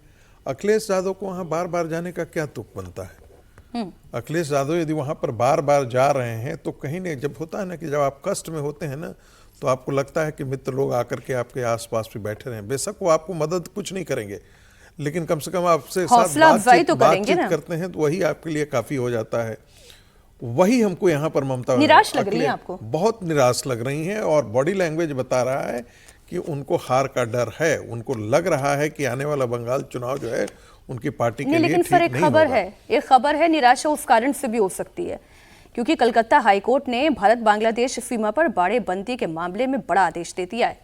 हाईकोर्ट ने ममता बनर्जी से कह दिया है कि भाई केंद्र सरकार की ओर से उपलब्ध कराई गई राशि से खरीदी गई बॉर्डर की जमीन 31 मार्च 2026 तक बीएसएफ को दे दी जाए। आपको बता दें, ये मामला लंबे समय से राजनीतिक और प्रशासनिक दोनों विवाद का विषय रहा है। बीजेपी लगातार आरोप लगाती रही है कि पश्चिम बंगाल सरकार जानबूझकर सीमा क्षेत्रों की भूमि सौंपने में देरी कर रही है, जिससे कि बाड़ेबंदी का काम जो है वो बाधित हो। गृह मंत्री अमित शाह ने भी यही बात कही थी, है ना राहुल जी, उन्होंने भी यही कहा था कि भाई हमने आसाम में तो कर लिया लेकिन हम पश्चिम बंगाल में नहीं कर पा रहे हैं क्योंकि ममता बनर्जी जमीन ही नहीं दे रही है। अब हाईकोर्ट के आदेश को केंद्रीय मंत्री सुकांतो मजूमदार ने ममता सरकार के मुंह पर तमाचा बताया। एक बयान आप सुने, फिर इस पर भी चर्चा। फेंसिंग के लिए अभी हाईकोर्ट के राय के बाद अभी मुख्यमंत्री को ध्यान देना पड़ रहा है, तो आपका क्या देखिए, ये तो मुख्यमंत्री के गाल पे, पश्चिम बंगाल की गाल पे एक बहुत बड़ा थप्पड़ है। देश के लिए मुख्यमंत्री, हमारे मुख्यमंत्री ममता बंदोपाध्याय और तृणमूल कांग्रेस सरकार देश के लिए एक डेंजर बन चुकी है, एक विपद हो चुका है। एक क्योंकि जितना भी पॉलिटिकल राइवलरी हो, शत्रुता हो, पॉलिटिकल राइवलरी अंदर होगी ना सर, वहां पे बॉर्डर पर क्यों?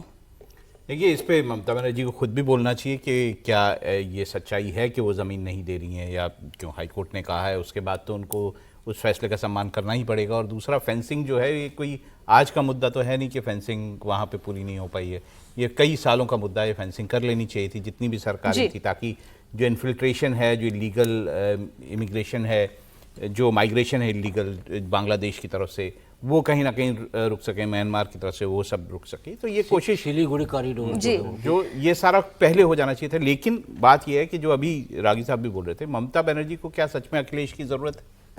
जिनको कांग्रेस की ज़रूरत नहीं पड़ी, वो अखिलेश यादव की उनको क्या ज़रूरत है? तो देखिए, स्ट्रांग लीडर हैं, देखना होगा कि चुनाव कैसा जाता है। बिल्कुल, एक कहावत है, action speak louder than words. Modi ने ट्रंप को यह बात बेहतर तरह से समझा दी है।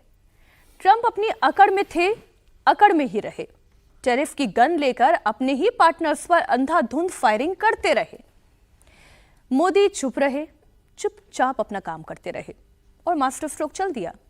यूरोपियन यूनियन के साथ मदर ऑफ ऑल डील्स करके मोदी ने बता दिया कि असल कूटनीति क्या होती है।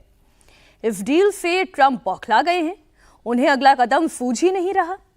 तो आतंकिस्तान भी काफी परेशान है, पाकिस्तानियों का दिल जल रहा है। अब वो अपने ही नेताओं को कोस रहे हैं। इंडिया और ईयू की दोस्ती उन्हें हजम नहीं हो रही है। इतना ही नहीं, कुछ पाकिस्तानी पत्रकार तो ख्याली पुलाव भी पका रहे हैं। वो ये कह रहे हैं कि Trump mother of all deals को कामयाब नहीं होने देंगे। सुनिए पाकिस्तानियों की बौखलाहट, उनकी झल्लाहट कैसे बाहर आ रही है। वो मोदी जी की भाषा में बोल देती हूँ, राकेश जी, कहां से आते हैं ऐसे तेजस्वी लोग? ये बस इतना ही कहना बाकी रह गया था इनका कि ट्रंप मुझे बचा लो, हम पाकिस्तानियों को बचा लो।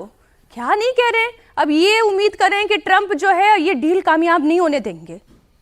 यहां तक आ गए पाकिस्तानी, इतनी झल्लाहट है। यूरोपीय यूनियन का जो समझौता हुआ भारत के साथ, उसी का नतीजा है कि अब अमेरिका जो अपने आप को बहुत बड़ा तुर्रम खा समझ के बैठा हुआ था, अब वो 25% टैरिफ खत्म कर देंगे हम। और अब अमेरिका और भारत डील की तरफ भी कदम बढ़ने लगा। अभी जयशंकर जी भी अमेरिका जाने वाले हैं और अभी एक चरण की बातचीत भी शुरू हो चुकी है। तो पाकिस्तान को समझना चाहिए कि यूरोपीय यूनियन के साथ डील करके एक मास्टर स्ट्रोक मारा है मोदी जी ने, और उन्होंने 4 देशों को एक तरह से बहुत बड़ा नुकसान पहुंचाया है। अमेरिका, बांग्लादेश, तुर्की और पाकिस्तान। यूएई के साथ जो डील हुई उसमें पाकिस्तान बिलबिलाया हुआ घूम रहा है, और उसने पहुंच गया कि इस्लामाबाद डील कैंसिल हो गई, भाई साहब आप हमें पैसे भी दीजिए और आप जो कहेंगे वो करने के लिए हम तैयार हैं। उधर बांग्लादेश, आपको पता है यूरोपीय कंट्री में बांग्लादेश का टेक्सटाइल्स जो है वो चाइना के बाद दूसरे नंबर पे 22% कपड़ा भेजता है, वो भारत का सिर्फ 5% है। लेकिन इस डील के बाद जब आपका टैरिफ खत्म हो जाएगा, फ्री डील हो जाएगी, तो भारत उस पर एक स्पेस लेगा। इधर बांग्लादेश में 1 तारीख से हड़ताल होने वाली है, सारी टेक्सटाइल्स कंपनी में बंद होने वाली है, धागा नहीं मिल रहा, भारत धागा देने से मना कर दिया है, महंगा धागा मिलेगा, टेक्सटाइल बंद होने वाली है। और उधर भारत ने यूरोपीय कंट्री पे जो इनका निर्यात होता था उस पर भी वो लगा दिया है। तुर्की तीसरे नंबर पे है, वो भी करीब 12-14% कपड़े वहाँ। टेक्सटाइल, अकेले टेक्सटाइल में ही उन्होंने एक तरफ 70 लाख रोजगार पैदा करने का अवसर पैदा किया और दूसरी तरफ 3 देशों के सामने उन्होंने एक मुश्किल खड़ी कर दी है सिर्फ एक सेक्टर में। बाकी सेक्टरों को तो आप सोचिए कि यदि सभी सेक्टर एक साथ काम करेगा तो इनकी क्या हालत होगी, खासकर अमेरिका की भी। तभी तो पाकिस्तान में हाय तौबा मची हुई है। अच्छा, मदर ऑफ ऑल डील से पूरी दुनिया हैरान है, ट्रंप परेशान है, लेकिन सबसे ज्यादा अगर कोई हलकान है तो वो पाकिस्तान है। इससे पाकिस्तान की टेक्सटाइल इंडस्ट्री, जो बात अभी राकेश जी भी कह रहे थे, कि पूरी तरह से प्रभावित होगी। वस्तुओं और सेवाओं का पाकिस्तान का टोटल एक्सपोर्ट $32 बिलियन है। इसमें 50% भागीदारी टेक्सटाइल इंडस्ट्री की है। अब भारत ने यूरोपीय देशों के साथ जो डील की है उससे टेक्सटाइल इंडस्ट्री को बूम मिलेगा। मतलब यह कि पाकिस्तान के एक्सपोर्ट का आधा हिस्सा तो पूरी तरह से चौपट होने जा रहा है, क्योंकि पाकिस्तान में इंफ्रास्ट्रक्चर की तो वैसे ही कमी है। वहां से ज्यादा कुशल कारीगर तो भारत में है। भारत की अर्थव्यवस्था के आगे पाकिस्तान वैसे भी कहीं नहीं टिकता, ना ताकत में ना हैसियत में। पाकिस्तान भारत का मुकाबला कहां करेगा? ऐसे में मदर ऑफ ऑल डील्स करके मोदी ने पाकिस्तान को बड़ी चुनौती दी है। पाकिस्तान नेशनल बैंक के पूर्व चेयरमैन कैसे पाकिस्तान की माली हालत की पोल खोल रहे हैं, एक बयान ये भी सुने। यहाँ पर जो वहाँ के इकोनॉमिस्ट हैं, जानकार हैं, वो खुद बता रहे हैं कि पाकिस्तान की माली हालत क्या है, वो खाएगा क्या, पहनेगा क्या और बेचेगा क्या।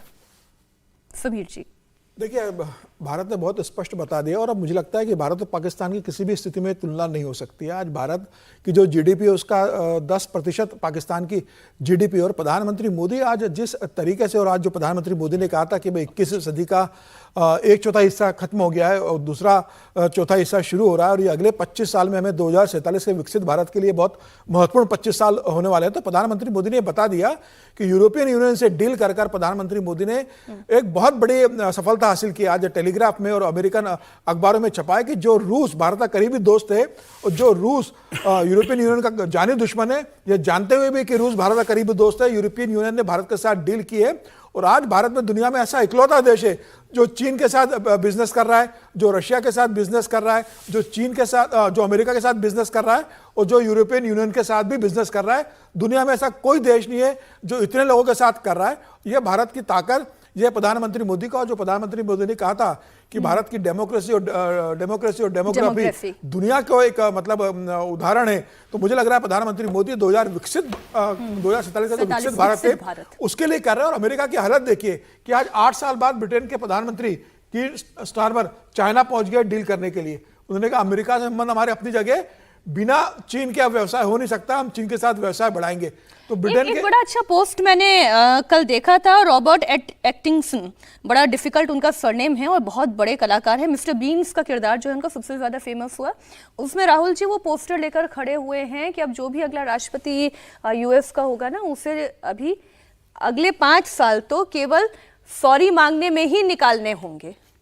चीन का बाजार खुलवा दिया, भारत का बाजार और ओपन कर दिया, यूरोप को भी अमेरिका से दूर कर दिया, भारत के नजदीक ला दिया।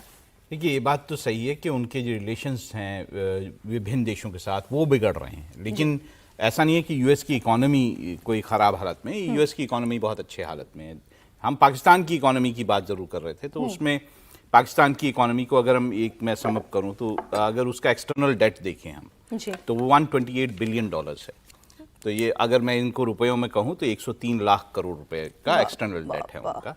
और इससे ज़्यादा जो खतरनाक बात है कि उनके ये जो एक्सटर्नल डेट का जीडीपी रेशो है, डेट टू जीडीपी रेशो, वो 70% से ज़्यादा है। अगर भारत की बात मैं कंपैरिजन हूँ 19%, 19.2% के आसपास है ये। तो इतना बुरा हाल है। और पब्लिक डेट जो है, जो इंटरनल हम करते हैं, वो $286.83 बिलियन है। यानी घरेलू जो उन्होंने लोन ले रखा है या डेट ले रखा है वो इतना बड़ा है। और वहाँ पे इन्फ्लेशन जितना बड़ा है, जिस तरह से वहाँ पे मैन्युफैक्चरिंग गिरी हुई है, हालत ये है कि एक तरह से बैंक करप्सी की तरफ है। अगर चीन जो है आज अपना डेट उससे वापस मांग ले, जो कि 70% के आसपास है पूरे डेट का, तो वो वापस मांग ले तो उनकी हालत बहुत खराब है। बिल्कुल ठीक आप कह रहे हैं सर, लेकिन पाकिस्तान क्या है कि ट्रंप की जी हुजूरी करने से ही वो बात नहीं आ रहा। सबसे बड़ा डोनेटर तो है नहीं भाई, चीन है सबसे बड़ा डोनेटर अगर देखा जाए तो उनका डेट है उन पे। तो वो तो जब चाहे तब मांग सकते हैं, लेकिन खैर चीन को भी चाहिए एक ऐसा मैदान जहां पर वो अपनी हुकूमत अपने हिसाब से कर सके, जब जैसी जरूरत हो तब चला सके। क्योंकि भारत पर तो कोई जोर चलता नहीं। अच्छा, खबर ये बोर्ड ऑफ पीस से जुड़ी हुई है। अमेरिकी राष्ट्रपति डोनाल्ड ट्रंप ने बोर्ड ऑफ पीस में 20 और देशों के शामिल होने का दावा किया है, लेकिन यही नहीं बताया कि सदस्य बनाने वाले नए देशों के नाम क्या हैं। व्हाइट हाउस ने यह बताया है कि बोर्ड में शामिल होने के लिए 60 देशों को आमंत्रित किया गया। इनमें से 35 देशों ने शामिल होने का भरोसा दे दिया। दावोस में केवल 22 देशों के प्रतिनिधियों ने हिस्सा लिया था और इन देशों के नाम सार्वजनिक किए गए थे, लेकिन ट्रंप जिन 20 और देशों के शामिल होने का दावा कर रहे हैं वो कौन है, इसे लेकर ट्रंप ने कोई ऐलान नहीं किया है। लेकिन इसे लेकर पाकिस्तान जरूर टेंशन में है और पाकिस्तान की जो टेंशन है वो बड़ी इंटरेस्टिंग है। आप पहले एक बयान सुने। अगर ये board of peace United Nations को रिप्लेस करने लग जाए, जो जब डोनाल्ड ट्रंप से पूछा गया कि क्या ये रिप्लेस कर सकता है तो उसने कहा कि शायद कर दे, तो फिर हमारा क्या स्टांस होगा? खास तौर पे जो हमारी सारी कश्मीर की स्टांस है वो यूनाइटेड नेशंस के रेजोल्यूशंस पे जो है वो उसकी बुनियाद है। समझ गए आप लोग दर्द क्या है? दर्द ये है कि यूनाइटेड नेशन रेजोल्यूशन के दम पर ही तो वो कश्मीर का राग अलापते रहे हैं। अब यूनाइटेड नेशन को खत्म करके अगर ये नया बोर्ड ऑफ पीस काम करने लग गया जैसा कि ट्रंप चाहते हैं, तो पाकिस्तान क्या करेगा? ये कश्मीर राग कहाँ गाएगा? रागी जी, जो पत्रकार बंधु यूनाइटेड नेशन के बात कर रहे थे, उनको शायद यूनाइटेड नेशन का वो रेजोल्यूशन का पता नहीं है। वो एडवाइजरी था जी। भारत के भी कम लोगों को ये सब चीज़ें जानकारी होती है। वो एडवाइजरी था जिसके 3 स्टेप थे। पहले भारत और पाकिस्तान दोनों की सेनाएं, पहले पाकिस्तान हटाएगा, भारत और दोनों एक साथ हटाएंगे। दूसरी बात थी कि भारत वहाँ पर इतनी सेनाएं रखेगा जिससे कि वहाँ लॉ एंड ऑर्डर प्रॉब्लम ना हो सके। और तीसरा प्रोविज़न था कि उसके बाद हम प्लेबिसाइड करें। पहला प्रोविज़न ही पूरा नहीं हुआ, इसलिए वो रिडंडेंट हो गया है। आज के दिन में उसकी कोई वजूद नहीं रह गया है। और शिमला समझौता और उसके बाद जो कॉन्स्टिट्यूएंट असेंबली जो जम्मू एंड कश्मीर बना, उसके बाद कॉन्स्टिट्यूशन बना, उसमें एडॉप्शन है पहला कि ये इंटीग्रल पार्ट ऑफ हिंदुस्तान है। तो उसके बाद उसकी कोई लीगल कोई उसकी हैसियत नहीं रह जाती है। दूसरी बात यह है कि देखिए, ये ट्रंप का व्यक्तिगत संस्थान है जिसके ट्रंप आजीवन सदस्य रहने वाले। ये अमेरिका का राष्ट्रपति भी नहीं है, अध्यक्ष में रहेंगे, सदस्य नहीं। नहीं, आजीवन अध्यक्ष रहेंगे। मैं वही कह रहा हूँ कि आजीवन ये अध्यक्ष के तौर पर रहेंगे और ये संस्था चलाते रहेंगे। मैं तो शुरू से बात कर रहा है कि सिक्योरिटी काउंसिल की जरूरत क्या रही भाई? ये 5 लोगों की जरूरत क्या रह गई है? यूनाइटेड नेशन आज के दिन में कंप्लीटली एक फेल्ड संस्था हो गई है, कंप्लीटली फेल्ड। उसके जो सोशल ऑर्गेनाइजेशन है, इकोनॉमिक ऑर्गेनाइजेशन है, वो थोड़ा बहुत काम कर रहे हैं, लेकिन जो कम से कम सिक्योरिटी काउंसिल जो उसका सबसे बड़ा हथियार हुआ करता था, आज के दिन में वो खत्म है। बड़े देश कोई मानते नहीं है, छोटे देश के पर भी उनका कोई रेजोल्यूशन नहीं होता है, क्योंकि कोई ना कोई उनका कैंप फॉलोअर होता है। या तो चाइना वीटो कर देता है उधर से, या रसिया वीटो कर देता है। तो आज के दिन में कोई उसका कोई महत्व नहीं रह गया। अच्छा, अब मैं अगली खबर उठाऊं उससे पहले सुमीर जी, एक सवाल है। आप पाकिस्तान को कितना मैच्योर मानते हैं? मैच्योर है भी या नहीं? मैं तो पाकिस्तान को मंद बुद्धि का जो बालक होता है ना, वैसा मानता हूँ। मतलब मैच्योर की बात छोड़ी है। मजे की बात बताऊं, पाकिस्तानी भी अपने आप को वैसे ही मानते हैं। क्यों? क्योंकि खबर ही कुछ ऐसी है। पाकिस्तान की हुकूमत वोटिंग एज 18 से बढ़ाकर 25 करने जा रही है। सरकार का मानना यह है कि 25 साल में उनके सिटीजन मैच्योर हो जाएंगे। 18 में नहीं, 18 साल में तो भाई ड्राइविंग लाइसेंस भी मिल जाता है।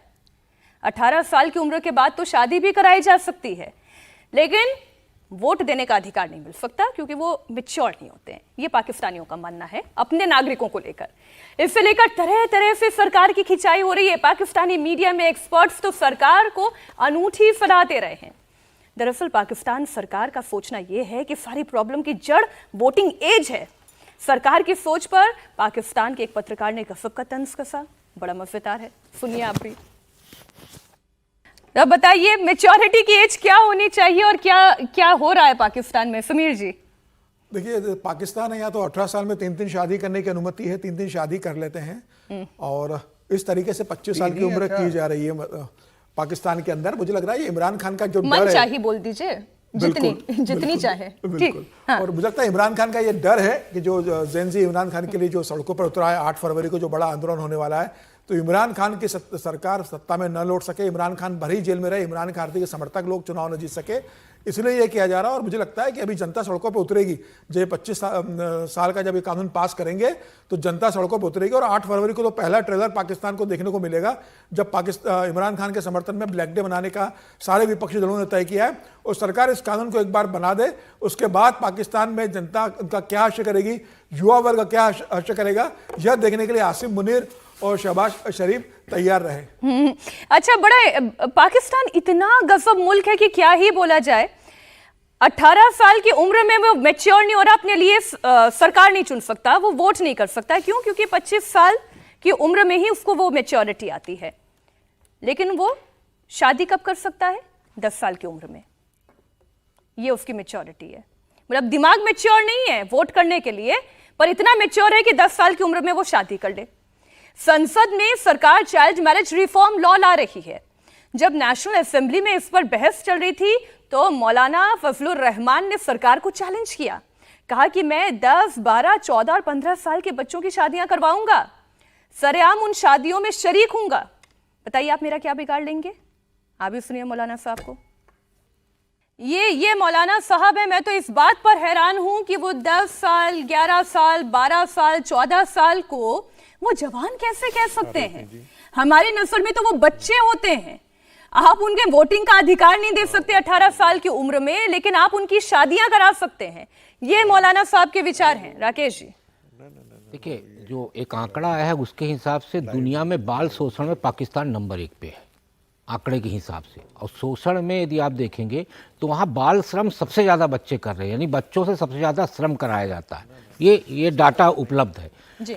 अब जो 2 चीज़ें आपने कहा कि मौलाना सदन में खड़े होकर बिल्कुल ताल ठोक के कह रहे हैं कि हम 10, 12, 14 साल के बच्चों की शादी कराएंगे, और उसी सदन में ये कहा जा रहा है कि भाई 25 साल की उम्र में वोटिंग का अधिकार हो, क्योंकि 25 से कम वाला परिपक्व नहीं है। तो आप बताइए कि जिस पाकिस्तान में, जिस पार्लियामेंट के अंदर ये 2 धाराएं बह रही हो, वो पाकिस्तान विकास की बात कैसे कर सकता है? वो तो विनाश की तरफ बढ़ने जा रहा है। कोई कमेंट?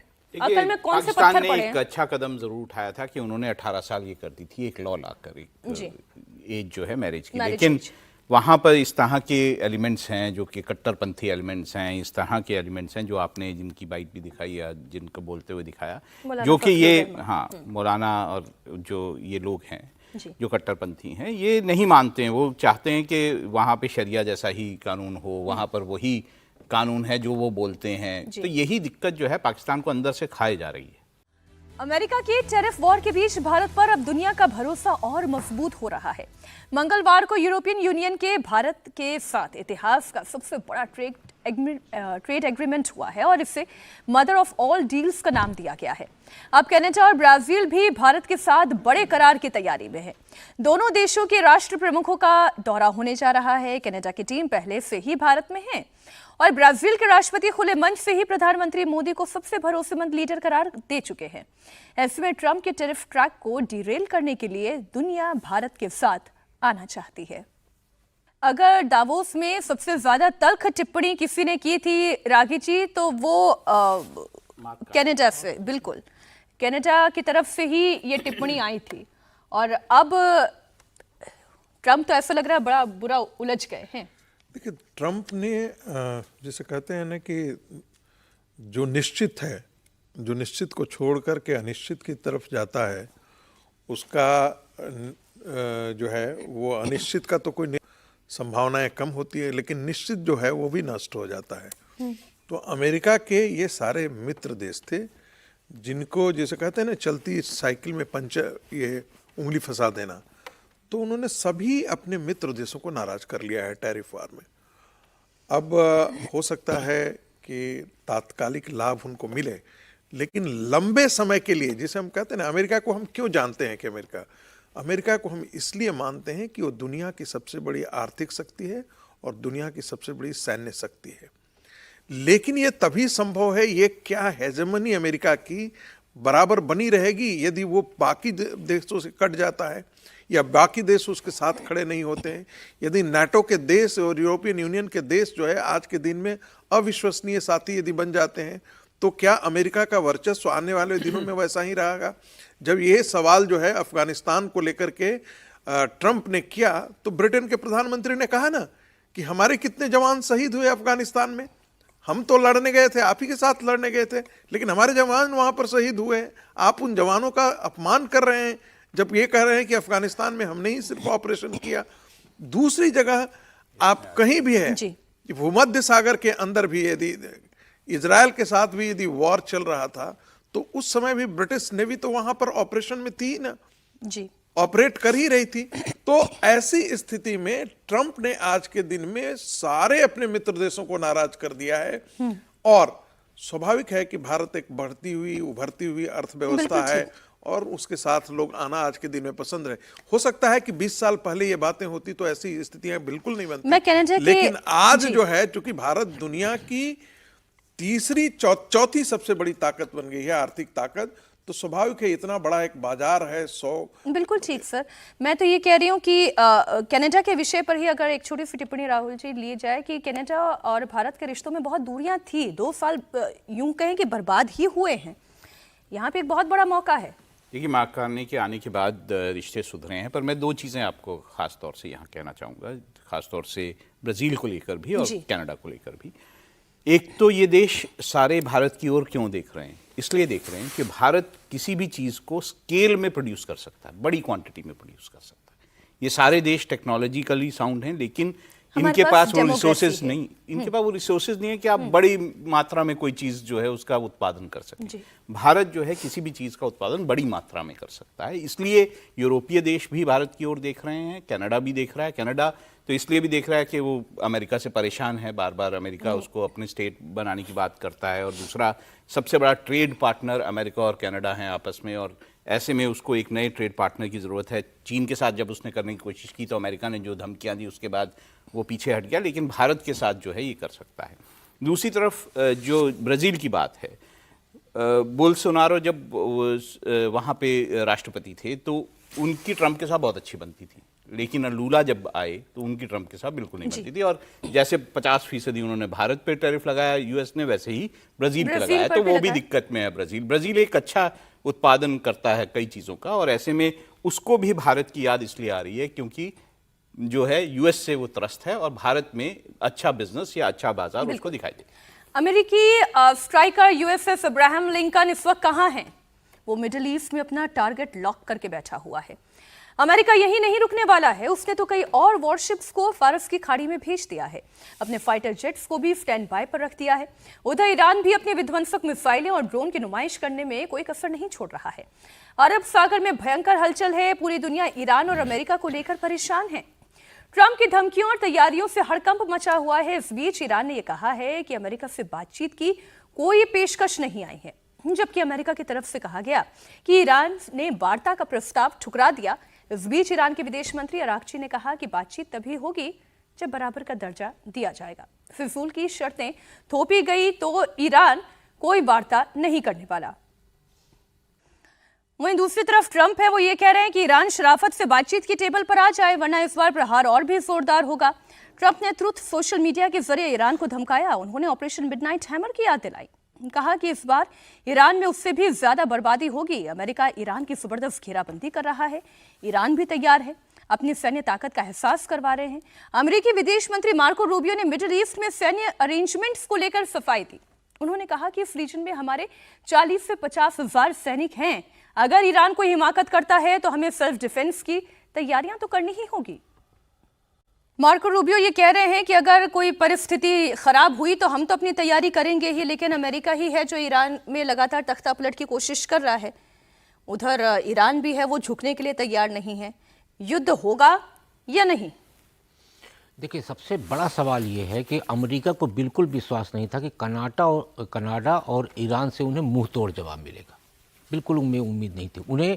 आज वो ट्रंप जो है विश्वास के संकट से जूझ रहे हैं। आंतरिक तौर पे अमेरिकी लोग उनके खिलाफ अविश्वास करते हुए आंदोलन कर रहे, तो बाहर वो तमाम देश जिनको वो पिछलग्गू समझते हुए और उनके पालक के रूप में प्रदर्शित कर रहे थे, वो सारे देश आज अमेरिका के खिलाफ जाके भारत के साथ इसलिए आ रहे क्योंकि भारत एक भरोसेमंद साथी है। भारत मित्रवत व्यवहार रखता है और भारत जो सहयोग करता है उसको वो सहायता के रूप में नहीं दिखाता, उसको ये दिखाता है कि एक मित्र देश दूसरे मित्र के देश के साथ संकट की घड़ी में ये खड़ा तो आप है। भारत के पर्सपेक्टिव में कह रहे हैं, लेकिन अमेरिका ईरान के पर्सपेक्टिव में मैं पूछ नहीं, रही हूं कि ईरान क्या तो होगा? शक्ति प्रदर्शन कर रहा है। अब आप यूएन वाले में देखिए, यूएन मानवाधिकार परिषद में भारत किसके पक्ष में गया? ईरान के पक्ष में गया, अमेरिका के पक्ष में नहीं गया। ये जानते हुए भी कि ईरान के लिए वोट नहीं पड़ेगा ज्यादा, अमेरिका के पक्ष में पड़ेगा, उसके बाद भी उसका धन्यवाद किसने दिया? ईरान ने धन्यवाद दिया भारत को इस समर्थन के लिए।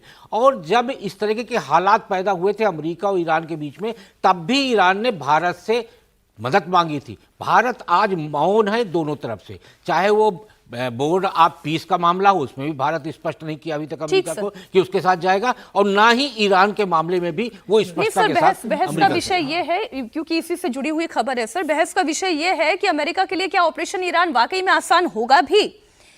वेनेजुएला में जो उन्होंने किया वो कर लिया, लेकिन ईरान वेनेजुएला नहीं है। एक्सपर्ट ये मानते हैं कि ईरान की जितनी तैयारियां नजर आ रही है वो ट्रंप को परेशान कर रही हैं। पिछले साल ईरान ने जिस तरह से अमेरिका और इजराइल पर पलटवार किया था वो भी ट्रंप भूले नहीं हैं।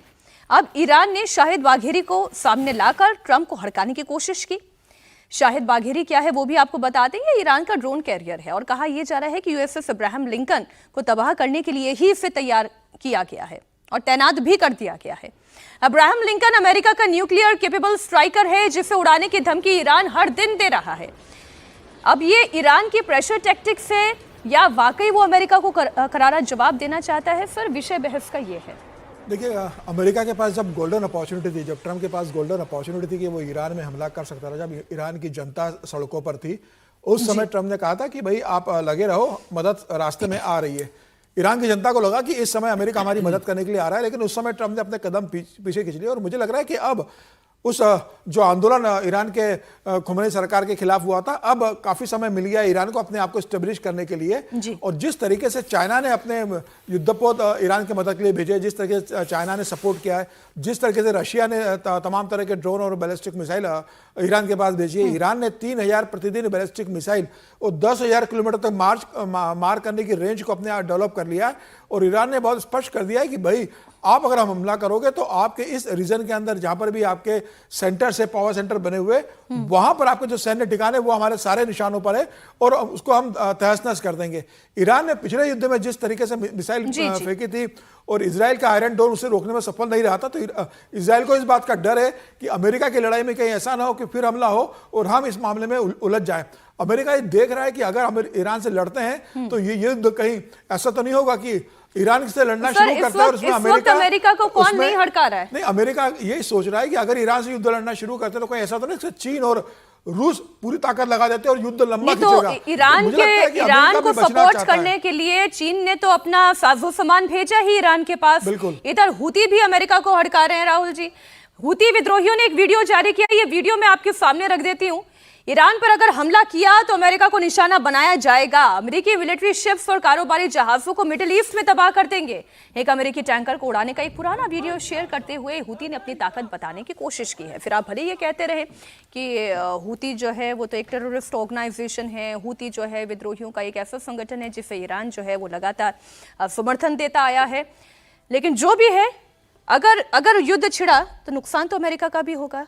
बिल्कुल ऐसा है, लेकिन एक बात हमारे को समझनी पड़ेगी कि अगर युद्ध हुआ तो सबसे ज़्यादा नुकसान ईरान का होगा, क्योंकि अमेरिका की जो ताकत है उसके सामने ईरान की ताकत बहुत ज़्यादा है नहीं। हाँ, ये बात ज़रूर है कि ईरान की बहुत सारी प्रॉक्सीज हैं, जैसे हिजबुल्लाह है, आपने हूतीज़ बोले, ये जो हैं विभिन्न जगहों पर, जहाँ मिडल ईस्ट में विभिन्न जगहों पर उनके जो अड्डे हैं उन पर ज़रूर अटैक कर सकते हैं। लेकिन अब आप देखिए क्या क्या हुआ है। आप देखिए यूएई ने ये कहा है कि आप हमारा एयर स्पेस यूज़ नहीं कर सकते, आप हमारे वाटर्स यूज़ नहीं कर सकते, आप ओवरहेड वो यूज़ नहीं कर सकते। सऊदी अरेबिया ने भी यही कहा है कि आप जो है हमारे ज़मीन को, आसमान को, जो समुद्र को यूज़ नहीं कर सकते। तो अमेरिका के लिए ये बड़ा मुश्किल है। इसमें आप इससे सम्मिलित करें, तुर्की भी मुश्किल पैदा करेगा बिल्कुल। अब अमेरिका की जितनी भी अटैक होगा वो जो है आप मुश्किल होगा वो अटैक करना, अगर ये देश जो हैं उसको अपना एयर स्पेस या बाकी सब इस्तेमाल करने नहीं देते। ये मुश्किल जंग होने वाली है यूएस की। और यूएस क्या सच में ईरान में क्या कुछ कर सकता है जैसे उसने इराक में किया था? ऐसा होना बड़ा मुश्किल है कि यूएस की जनता क्या अपने सोल्जर्स को ज़मीन पर उतरने देगी? ये बड़ी चुनौती है। और यूएस के सामने ये जरूर है कि वो मिसाइलों से हमला कर सकता है, बाकी सब कर सकता है, लेकिन जब तक ग्राउंड फोर्सेस जो है किसी चीज को कैप्चर नहीं करती, तब तक कोई देश जो है उसमें ये नहीं माना जा सकता कि उसने कैप्चर कर लिया या उसमें चेंजेस ला सकते हैं। तो ईरान को ये भी दिखाई देता है और ईरान अपनी तैयारी कर रहा है। वो भी जो अलग अलग अड्डे हैं मिडिल ईस्ट में, ट्रंप ने हाल के दिनों में जितने इश्यूज अपने हाथ में लिए हैं वो उसे रिजॉल्व नहीं कर पाए हैं।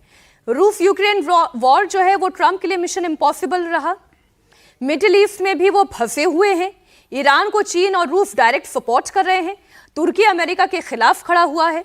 एर्दोगान के करीबी और तुर्की के विदेश मंत्री हाकान फिदान ने कहा कि ईरान पर हमले को हम जायज नहीं मानते। उन्होंने कहा कि बातचीत के टेबल पर आए, मिडिल ईस्ट को डिस्टर्ब ना करें। तब ये देखिए, अच्छा, अमेरिका ईरान के बीच तनाव जिस तरह से बढ़ा है, अमेरिका ये कह भले ही रहा है कि वो ईरान पर कभी भी बड़ा हमला कर सकता है, लेकिन ये भी ध्यान रखिए कि अभी तक हमला हुआ नहीं है। मिडिल ईस्ट में अमेरिका इस वक्त सैन्य अभ्यास कर रहा है।